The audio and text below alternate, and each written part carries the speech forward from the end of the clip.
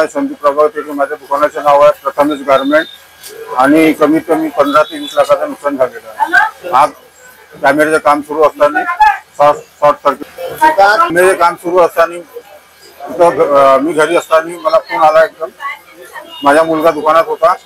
Phone असल्यामुळे मी इथे आलो. इथे कळलं मला आग लागली. माझा परिचय दिलीप प्रल्हाद चव्हाण, प्रभारी अग्निशमन केंद्र अधिकारी लक्कडगंज आहे. 12:23 ला आगीच्या कॉलबाबत एक सूचना मिळाली.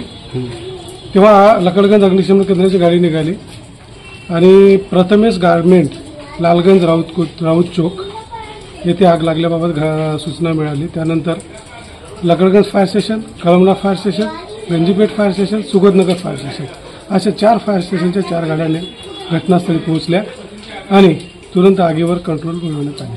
अंदाजे त्यांच्या माहिती मिळाल्यानुसार 15 लाख अंदाजे नुकसान झाल्याची सूचना मला मिळाली. जे बी मालक आहे त्यांच्यामार्फत शॉर्ट सर्किटच्या अनुषंगाने आग लागल्याचे कळाले. काही जानकारी काही झालं नाही.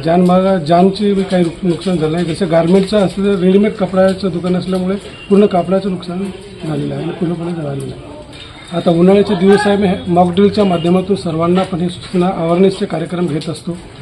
हर एक फायर स्टेशनमध्ये महिन्याच्या 2-3 अशा मॉकड्रिल आपण घेतो. आम्ही अवेअरनेसचे कार्यक्रम नेहमी आम्ही घेत असतो आणि अवेअरनेससाठी सूचना पण देत असतो.